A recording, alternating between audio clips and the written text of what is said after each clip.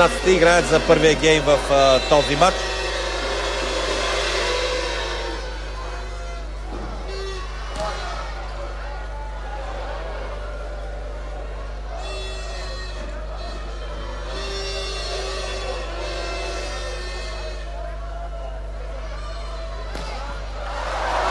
И браво на Тошко Алексиев.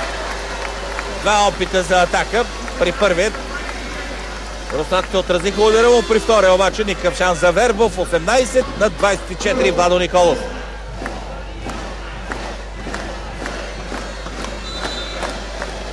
Двадесет и трета минута от началото на този първи гейм.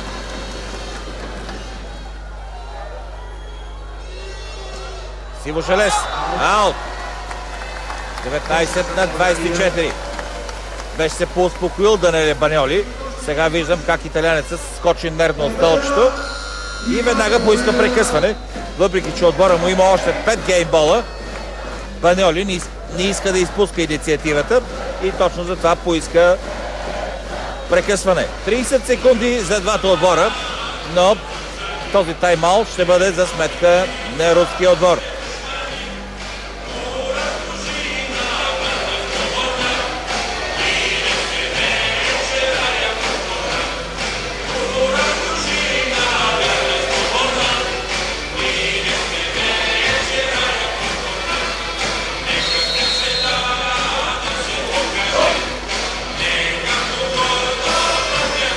Залата, след като се беше поуспокоила заради негативния резултат, сега се вдъхновява от патриотични песни.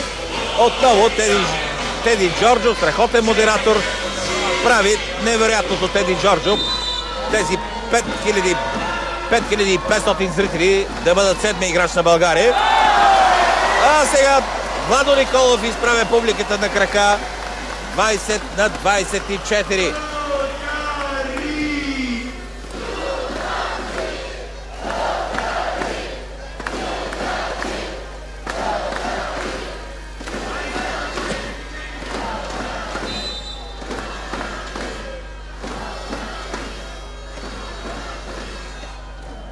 Тетюхин спаси удара на Владо Николов. Тетюхин. Сега топката остава в игра. Тошко Алексиев. Блокаут. 21-24. Браво на Тошко. Срещу тройната блокада намери кораж да рискува. В такива моменти човек просто трябва да затвори очи и да блъска с всичка сила, без да я сваля естествено. Това направи и Тошко и успя. 21-24. И второ прекъсване в рамките само на минута, поискано от Баньоли.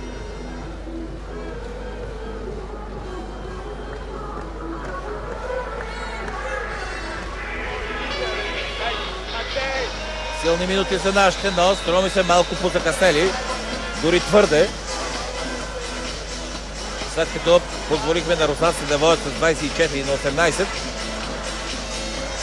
Сега гоним дивото. Трудно ще го хванем, защото руснаците ще имат още 3 възможности да затворят този гейм. Все пак, много от нещата ще зависят от сервиса на Владо Николов. 21-24.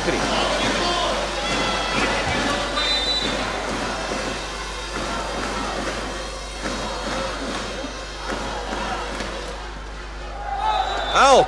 25-21 гейм и Русия повежда с 1-0 гейм.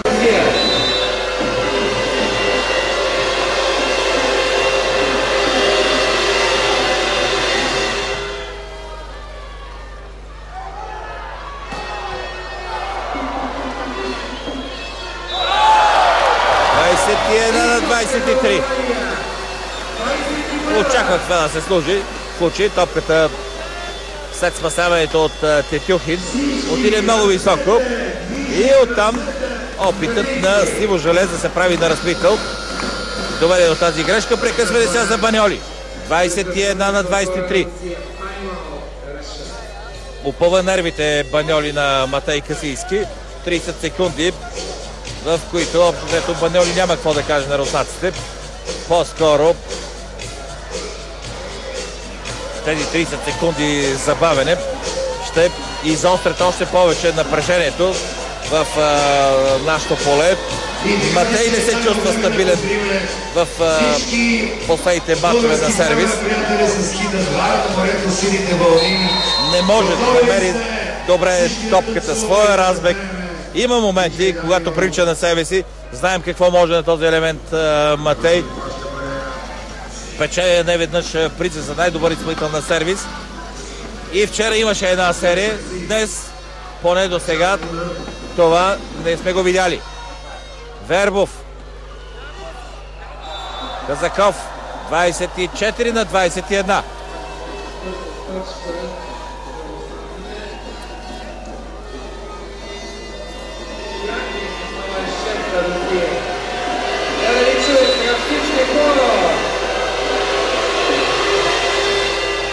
Аут!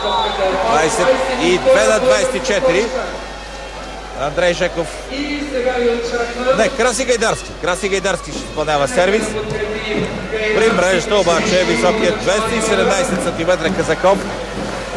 Сервиса на Краси. Вярно. Тактически добре насочен.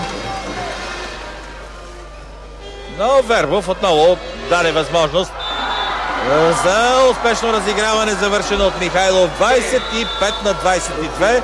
И така, след 53 минути игра, Русия повежда на България с 2-0. 2-0 за Русия.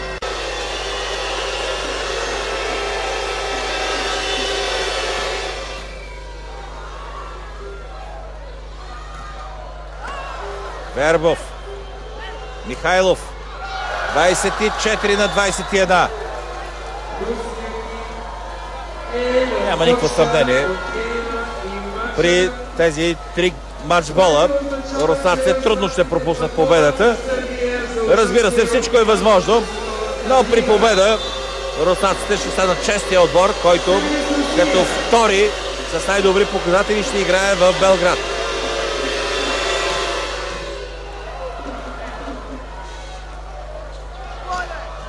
Вербов. Страхотен матч днес на либерото на Русия. Това е блокаут Тетюхин. 25-21. Победа с 3-0. Страхотна радост за отбора на Русия. Радост заслужена, защото на два пъти руснаците успяха да спечелят. Тези 3-0 вчера и днес прибавят 6 точки в техния актив. И по този начин Русия събира 23 точки и се осигурява място на финалите в Белград.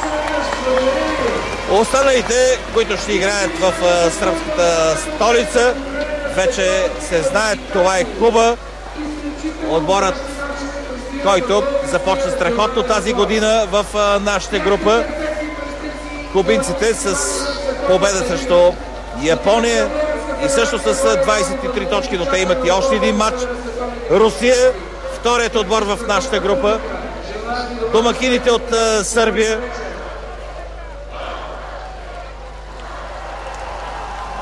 В група Д Бразилия и Съединените американски щати.